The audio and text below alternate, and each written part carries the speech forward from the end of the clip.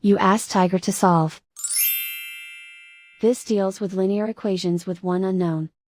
The final result is y equals 19. Let's solve it step by step.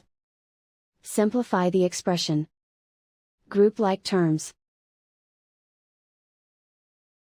Simplify the arithmetic. Group all constants on the right side of the equation. Subtract 23 from both sides. Simplify the arithmetic.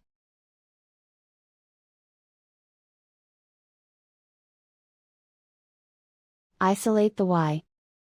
Divide both sides by -8. Cancel out the negatives. Simplify the fraction. Cancel out the negatives. Find the greatest common factor of the numerator and denominator. Factor out and cancel the greatest common factor. And so the final result is y equals 19.